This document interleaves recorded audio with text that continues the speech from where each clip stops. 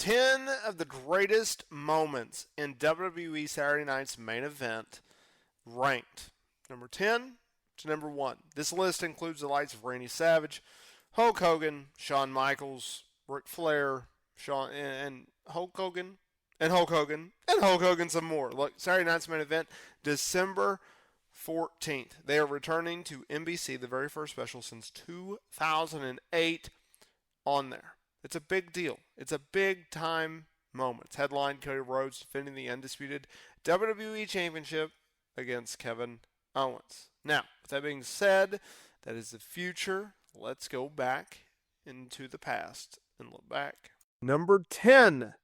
It was when Randy Orton gave Hulk Hogan the RKO. Look, this was the swan song for Hulk Hogan in many, many ways. It was his last big feud in WWE. The year prior, he had a god-awful feud with Shawn Michaels, rather, and they tried to follow it up. They tried to build off of the success in which was Hogan versus Shawn. The build-up to the match was very good. Orton versus Hogan. Orton hit an RKO to Hogan on the trunk of a car after he put Brooke in the car. The match was not very good. This angle wasn't very good. It was awkward. You could tell that Hogan had aged years prior. He was only getting older by the year. He had a bunch of back injuries. It wasn't very good. I don't think it necessarily helped Orton's career. It certainly didn't hurt it, but I don't think it necessarily helped it either. Number 9 from 2006, it was a street fight between Shawn Michaels and Shane McMahon. This was a good old-fashioned street fight. The infamous Shawn Michaels jumping off of the ladder with going outside of the ring. That was a good spot. If you look at this match, it was huge at the time because it was building towards Vince McMahon versus Shawn Michaels at WrestleMania. And that was also a street fight. That is a really, really good street fight. You want to see Vince McMahon get his butt whooped, highly recommend go your way and check that match out. WrestleMania 22 in 2006. It was really, really good. The street fight between Shawn and Shane was good, but it really set the stage for what to expect at WrestleMania. It's an infomercial at the end of the day, and I thought they nailed it in that regard. Number 8, Randy Savage versus Bret Hart. When Randy Savage battled Bret Hart on November 28th, 1987, the Macho Man, he was a newly installed babyface and Hart as a tag team specialist in Jimmy Hart's stable. By repeatedly working over Savage's ankle, this 12-minute match was one of the best technical matches that you will ever see, as well as one of the best matches that either of them had. And it helped establish Hart as a top-tier superstar, something which he would later achieve. But it gave fans a belief of, okay, this guy can go as a singles guy, and we should really pay attention to what he's going to be doing in the future with this company. And obviously, it was a few years later, but he ultimately became a multi-time WWE champion. Number 7, you talk about star power. The Undertaker teaming up with Ric Flair versus Hulk Hogan and Sid Vicious. They were on their road to WrestleMania, and while many fans wanted to see the big dream match between Ric Flair and Hulk Hogan, WWE opted not to do so. In fact, Ric Flair versus Hulk Hogan, it was never a good match in WCW, and I think they actually made the right call.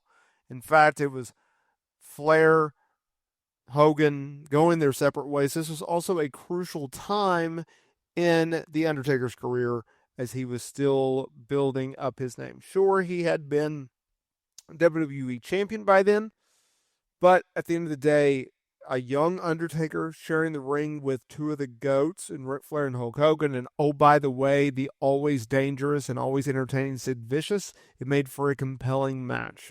Number 6, Randy Savage versus Honky Tonk Man. The first match between these two aired on October 3rd, 1987, with Honky Tonk knocking Macho Man out with a guitar. And Hulk Hogan famously coming to his aid. The rematch was on Saturday night's main event in February 1988, with Savage once again challenging Honky Tonk for his Intercontinental title and winning the match by count out, not walking away with the gold.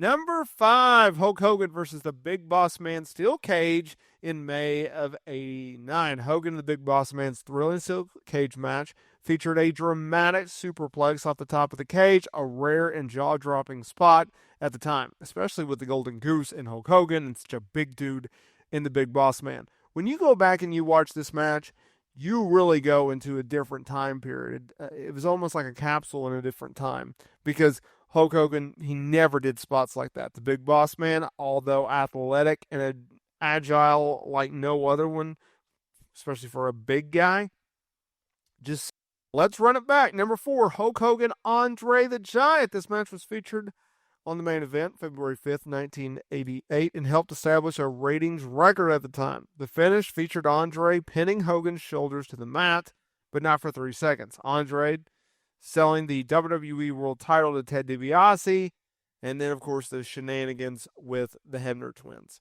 Arguably, this could be at number 1. I have my reasons why number 1 is where it's at, but this was such a huge match.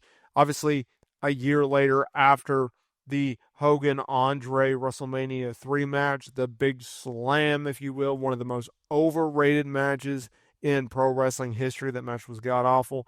But at the end of the day, they ran it back, and it paid off. Number 3, we're going to go a little different. It was Ricky the Dragon Steamboat versus Jake Roberts.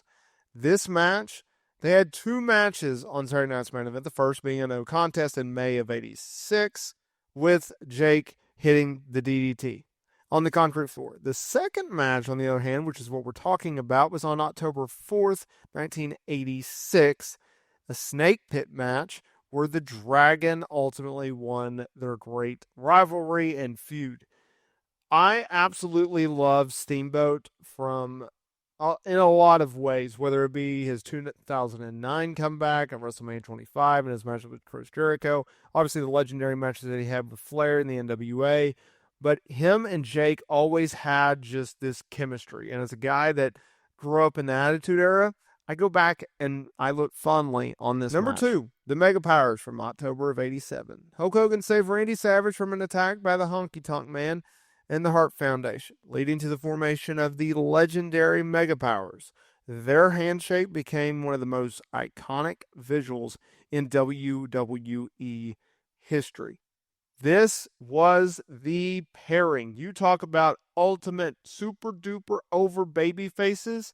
It was Randy Savage. It was Hulk Hogan coming together. Ultimately, they would split off. They would feud together. But at the end of the day, you cannot go wrong with this feud. Number 1, what started it all, Hulk Hogan, Paul Orndorff, Steel Cage from January of '87. One of the most memorable matches of its era. Hogan and Orndorff clash in a dramatic steel cage match for the WWE Championship. The double escape spot where both men hit the floor at the same time kept fans on the edge of their seats. I think Paul Orndorff, who is obviously part of the WrestleMania 1 main event, doesn't get enough credit. He's so good.